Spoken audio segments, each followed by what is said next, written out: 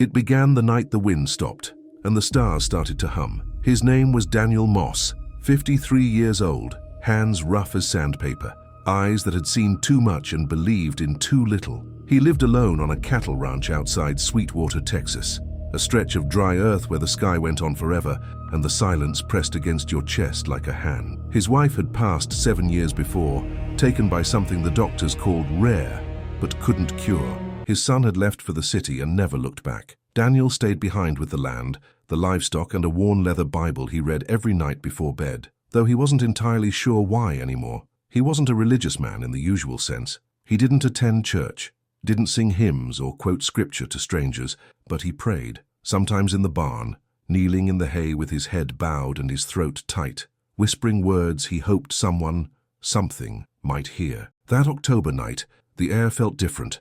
Daniel had been fixing a fence post near the western edge of his property when the sun dipped below the horizon and the temperature dropped fast. The sky turned violet, then indigo, then black. He wiped his brow and stood, stretching his back when he noticed it. The wind had stopped, not slowed, stopped, completely. The mesquite trees stood frozen. The tall grass didn't sway. Even the distant hum of the highway, always there, always faint, had vanished. The world had gone silent in a way that felt unnatural, wrong, and then he heard it. A sound that wasn't a sound, a vibration that started in his chest and spread outward, like the low note of a cello played inside his ribs. It didn't come from any direction. It came from everywhere, from the ground, from the sky, from inside him. Daniel turned slowly, his breath shallow. That's when he saw the light. It rose from behind the ridge to the north, a pale, shimmering glow that moved with impossible smoothness, like oil spreading across water. It wasn't white. It wasn't gold. It was something else. Something that hurt to look at and impossible to look away from. He stood there paralyzed as the light drifted closer. It made no noise, no engine hum, no roar of wind or heat, just that vibration in his chest, growing stronger, steadier, like a heartbeat that wasn't his own. The light descended into the field about 200 yards away, settling silently onto the earth. It hovered there, pulsing softly, casting long shadows that stretched and bent in ways shadows shouldn't. Daniel's legs moved before his mind caught up. He walked toward it, each step slow and deliberate, his boots crunching over dry soil. His heart pounded, his hands trembled, but something deeper than fear pulled him forward, a knowing he couldn't name. As he got closer, the light began to shift. It condensed, folded inward, and then standing in the center of it was a figure, tall, slender, humanoid but not human. Its skin, if it could be called skin, seemed to shimmer like water under moonlight, shifting between translucence and solidity. Its eyes were large and dark, but not cold, not empty. They held something Daniel recognized but couldn't articulate: compassion. The being didn't move, didn't speak, but Daniel felt words forming in his mind, not as thoughts but as presence, a language beyond language. Do not be afraid. Daniel's knees buckled. He fell to the ground, his hands pressing into the dirt, his breath coming in short gasps. Tears he didn't understand welled up in his eyes. The being stepped forward, and the light around it softened, dimmed, became warm instead of blinding.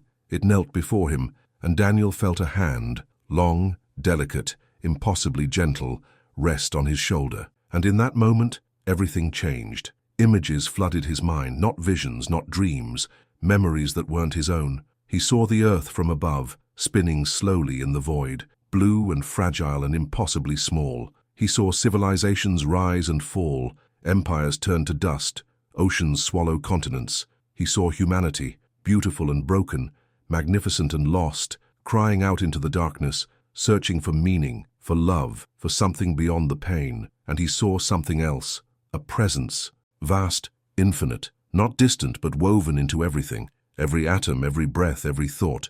It had no name, but Daniel knew it. He had always known it. It was what he prayed to in the barn, what his wife had whispered to in her final hours, what his son was running from. It was the light behind all light. The being's voice, if it could be called a voice, resonated through him again. We have been watching, we have been waiting. You call us many things, angels, watchers, visitors. But we are only servants of the one who made all things, and we have come to tell you this. The time is close. Daniel's throat tightened. He tried to speak, but no words came. The being continued. What you call the rapture, the awakening, the return, it is not what you think. It is not punishment. It is not separation. It is transformation, a shifting of consciousness, a remembering. The veil between worlds is thinning. Those who are ready will see. Those who are not will sleep a little longer. But all will wake, all will return, because nothing is ever lost. Not truly. Daniel's vision blurred. His body felt weightless, as though he were dissolving into the earth and the sky at the same time. The being stood, and the light around it began to pulse again. You will not remember all of this, not yet, but you will carry it inside you, and when the time comes, you will know what to do. Daniel blinked, and the figure was gone. The light was gone. The wind returned soft and cool against his face. He was alone in the field, kneeling in the dirt, his hands still trembling, his chest still vibrating with that deep, wordless sound. He looked up at the stars. They were brighter than he'd ever seen them, closer, as if the sky had bent down to touch the earth. And for the first time in 7 years, Daniel Moss wept, not from sorrow, but from something he couldn't name, something that felt like home. The days that followed were strange. Daniel tried to return to his routine. He fed the cattle, fixed the fences, drove into town for supplies, but everything felt different. Colors seemed richer, sounds sharper. The world hummed with a frequency he'd never noticed before. He told no one. How could he? Who would believe him? A rancher who saw a light in the field and heard voices in his head. They'd think he'd lost his mind. Maybe he had, but the presence stayed with him. It wasn't intrusive. It didn't speak, but it was there like a warmth in the back of his thoughts, a knowing that settled over him like a blanket. He found himself pausing in the middle of tasks, staring at the horizon, feeling something vast and patient watching him, not with judgment, but with love. One morning, about a week after the encounter, Daniel was sitting on his porch with a cup of coffee when he noticed something in the sky, a streak of light, faint, moving slowly across the stars. He watched it for several minutes, his breath steady, his heart calm. Later that day, he turned on the radio. A news report crackled through the static. Scientists had detected an unusual object passing through the solar system. They were calling it 3I Atlas. A comet, they said. Interstellar. Rare. Unpredictable. But Daniel knew better. It wasn't a comet. It was a probe, a messenger, a sign. And somewhere, deep in the halls of the Vatican, men in robes were reading reports they would never share with the world. The weeks turned into months, and Daniel Moss became a different man. Not in any way others could see. He still wore the same faded jeans and dusty work boots, still drove the same rusted pickup into town every Thursday for groceries, still nodded politely to neighbors who asked how he was doing and never expected a real answer. But inside, something had shifted. He moved through the world now as if he were walking through water, slowly, deliberately, aware of every ripple he created. The anger that had lived in his chest for years, the bitterness over his wife's death and his son's absence, had dissolved like salt in rain. In its place was something he couldn't name, a quiet, a vastness, as if the space inside him had expanded to hold more than just his own small life. He still read the Bible at night, but now the words felt different. Not rules or commands, but echoes, reflections of something older and deeper than the paper they were printed on. He began to understand that the stories weren't meant to be taken literally. They were maps, symbols pointing toward a truth too large for language. And every night before he slept he felt it, the presence, not invasive, not demanding, just there, a warmth in the corner of his awareness, a hand resting on his shoulder, a reminder that he was not, and had never been, alone. The being had not returned, at least not in the way it had that first night, but Daniel knew it was watching, waiting, guiding him towards something he couldn't yet see. And then, one cold December morning, everything changed again. Daniel was in the barn, feeding the horses, when he heard the sound of tires crunching over gravel. He stepped outside and saw a black SUV pulling up the drive, sleek, expensive, out of place in a landscape of dust and barbed wire. 2 men stepped out. Both wore dark suits. Both had the kind of faces that revealed nothing. The taller one approached, his expression neutral, but his eyes sharp. He extended a hand. The man said his name was Agent Marcus Hale. He worked for a government agency Daniel had never heard of. The other man, shorter and stockier, stayed by the vehicle, watching the horizon as if expecting something to emerge from it. Agent Hale asked if they could speak inside. Daniel hesitated, then nodded. They sat at his kitchen table, the same scarred wood where Daniel had eaten breakfast alone for 7 years. Hale folded his hands on the table and studied Daniel for a long moment before speaking. He said they had been monitoring unusual activity in the area, electromagnetic anomalies, unexplained light phenomena, reports from locals about strange sounds in the night, and then quietly, almost gently, he said they knew Daniel had experienced something. Daniel's jaw tightened. He said nothing. Hale leaned forward slightly. He said Daniel wasn't in trouble, that this wasn't an interrogation, but that they needed to understand what he had seen, what he had heard, because, he said, Daniel wasn't the only one. All over the world, Hale explained, people were reporting contact. Farmers, fishermen, truckers, people in remote places, far from cities and cameras, and the encounters were always the same: lights, beings, messages about transformation, about awakening, about something approaching. Daniel asked why they cared, why the government would pay attention to what sounded like the ramblings of isolated, lonely people. Hale's expression didn't change,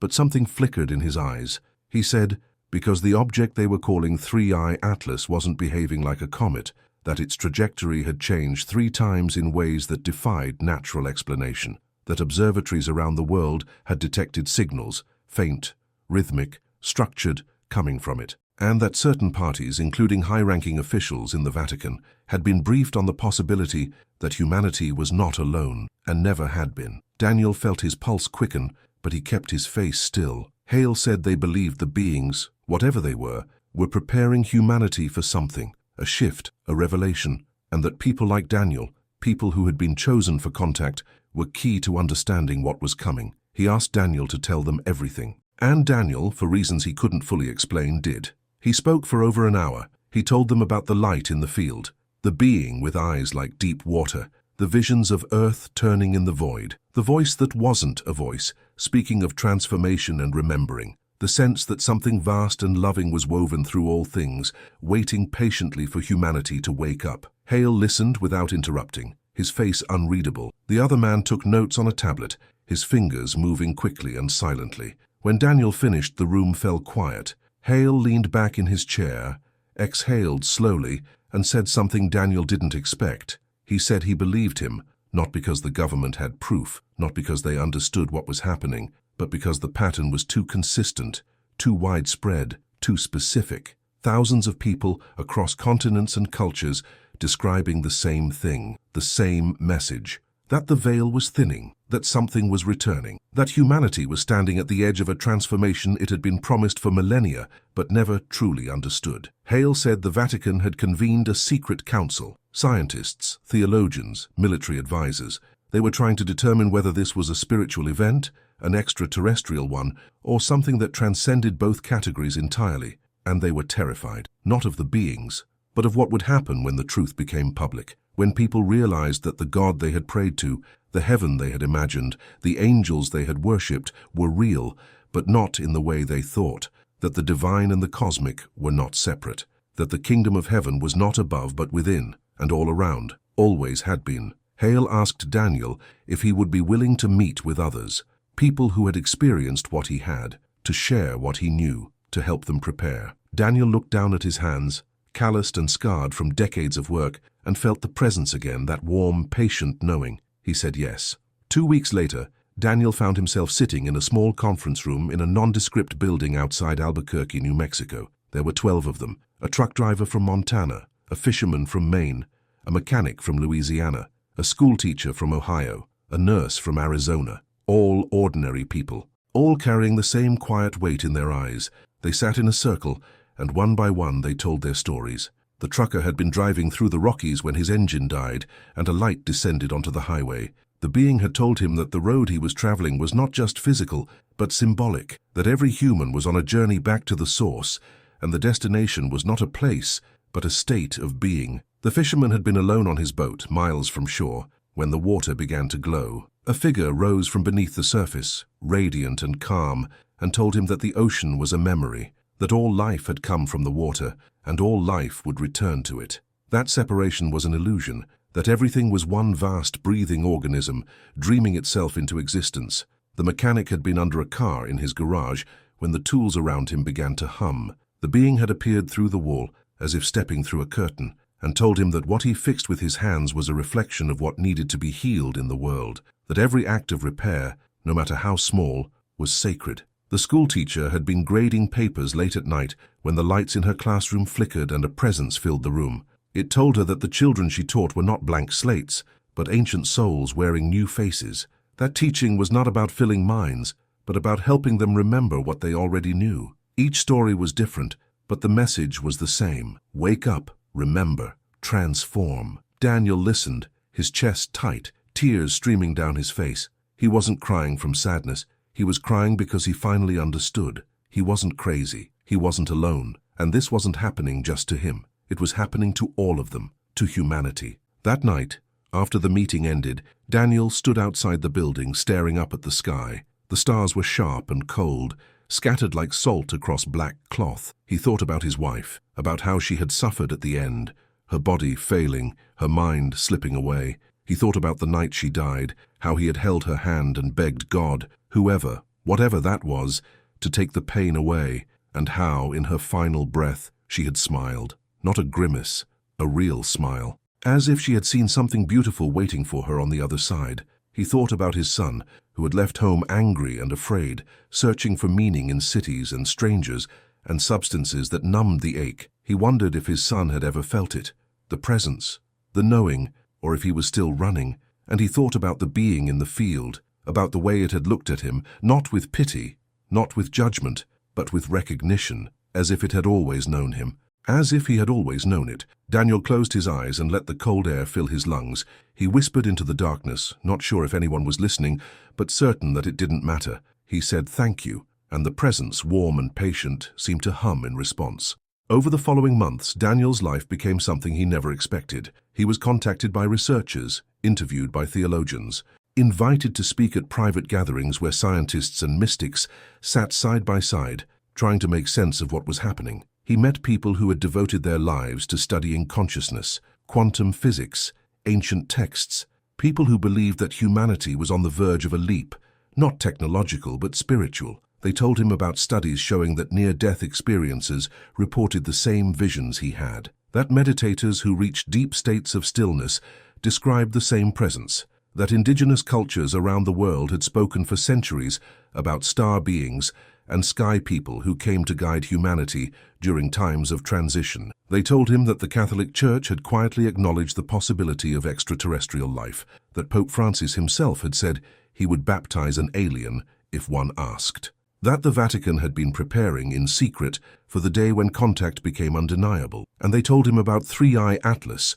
The object was still moving through the solar system, but its behavior had baffled scientists. It was accelerating in ways that violated known physics. It was emitting low-frequency pulses that matched the brainwave patterns of deep meditation, and it was heading, slowly but unmistakably, toward Earth, not as a threat, but as a signal, a calling card. Daniel asked what would happen when it arrived. No one knew, but they all felt it, the same hum, the same presence, the same knowing that something immense and inevitable was unfolding. One evening, back on his ranch, Daniel was sitting on the porch when his phone rang. It was a number he didn't recognize. He answered, and a voice, soft, unfamiliar, with a faint accent, introduced itself as Father Domenico, calling from the Vatican Observatory. The priest said he had heard about Daniel, that he wanted to speak with him, not as a scientist, not as a representative of the church, but as a man trying to understand the mystery. Daniel agreed to meet. 2 weeks later, he found himself sitting in a small chapel in the desert of Arizona, across from a man in his 70s with white hair and kind eyes. Father Domenico said he had spent his life studying the stars, that he had always believed God's creation was vast beyond imagining, that the idea of Earth being the only place where life stirred, where consciousness bloomed, seemed almost blasphemous in its smallness. He said the church was afraid, not of the beings, but of losing control, of people realizing that the divine was not confined to doctrine or ritual, that it was everywhere, in everyone, that the second coming might not be a man descending from clouds, but a shift in awareness, a collective remembering that humanity had always been part of something infinite. He asked Daniel what he believed. Daniel sat quietly for a long time, his hands resting on his knees, his gaze fixed on the wooden cross hanging on the wall. He said he didn't know if the being he met was an angel or an alien or something in between. He didn't know if what was coming was the rapture or an awakening or both at once, but he knew this, that love was real, that consciousness was eternal, that the universe was not cold and empty, but alive and aware, and that whatever happened next, humanity was being invited, not forced but invited to step into a larger version of itself. Father Domenico nodded slowly, tears glistening in his eyes. He said that was the most faithful thing he had ever heard. Daniel returned to the ranch, but he was no longer the same man who had knelt in the barn and whispered prayers to a God he wasn't sure existed. He had become something else, not a prophet, not a preacher, but a witness. A keeper of a truth that couldn't be spoken, only felt. He began to notice things he had never seen before. The way the light moved through the trees at dawn, golden and alive. The way the cattle gathered in circles, as if listening to something beyond sound. The way the wind carried whispers that weren't words but emotions. Grief, joy, longing, peace. He started to understand that the world was not solid, that reality was more like a song than a machine. That everything, every rock, every blade of grass, every breath was vibrating at a frequency, and that frequency was love. And he realized that the being had not come to warn him. It had come to remind him that he was not separate from the divine, that he never had been, that the kingdom of heaven was not a place you went when you died. It was a state of awareness you entered when you stopped being afraid. One night, almost 2 years after the first encounter, Daniel was lying in bed when he felt it again, the vibration in his chest, the hum that came from everywhere and nowhere. He sat up, his heart steady, his mind calm, the room filled with light, not blinding, not harsh, just soft and warm like sunlight through water. And there, standing at the foot of his bed, was the being. It looked the same, tall, luminous, eyes like deep wells, reflecting eternity. Daniel didn't speak. He didn't need to. The being extended a hand, and in that gesture Daniel understood. It was time, not to die, but to cross a threshold, to step through the veil, to see what had always been there, waiting patiently for him to remember. He took the being's hand, and the world dissolved. What Daniel saw in that moment cannot be fully described. Language fails, images fail, but he saw this, that every soul that had ever lived was still alive, that death was not an end, but a transition, a shifting of form, that his wife was there, radiant and whole, smiling at him across a distance that was no distance at all, that his son, wherever he was, carried the same light inside him, even if he didn't know it yet. He saw that Earth was not the only world with life, but one note in a symphony of countless worlds, that the beings who visited, who had always visited, were not invaders, but guides, older siblings in a cosmic family. He saw that what humanity called God was not a being, but a field, a presence, a consciousness woven through all things, the source and the destination, the question and the answer, and he saw that the transformation was not coming. It was already here. It had always been here. Humanity had simply forgotten how to see it. But now, slowly, gently, inevitably, the veil was lifting, and those who were ready would remember, and those who weren't would be given more time. Because nothing was ever lost. Not truly. Daniel woke the next morning in his bed, the sun streaming through the window, the smell of coffee drifting from the kitchen even though he hadn't made any. He walked to the table and found a note written in handwriting he didn't recognize. It said, "You are loved. You always have been. Now live as if you know it." He folded the note carefully and placed it in the pages of his Bible. And for the first time in 7 years, Daniel Moss smiled. Not because he understood everything, but because he understood enough. The days continued. The seasons turned. Daniel worked his land, fed his animals, waved to neighbors, watched the stars, and sometimes late at night he would stand in the field where it all began and look up at the sky, and he would feel it, the presence, the hum, the knowing, and he would whisper into the darkness, "I'm ready," and the stars, infinite and patient, would hum back. Maybe heaven was never a place above us.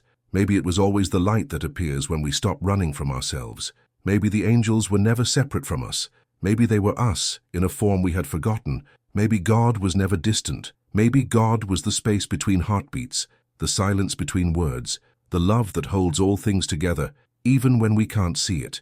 Maybe the rapture was not an escape, but a return, a remembering, a coming home to what we always were. And maybe, just maybe, the beings who visit us in the night are not strangers, but old friends reaching across the stars, whispering the same thing over and over. Wake up. You are not alone. You never were. Truth or fiction, perhaps not even the storyteller knows. Here the stories exist to touch you and make you reflect. The magical only reveals itself to those who allow themselves to feel, not to those who insist on seeking certainties.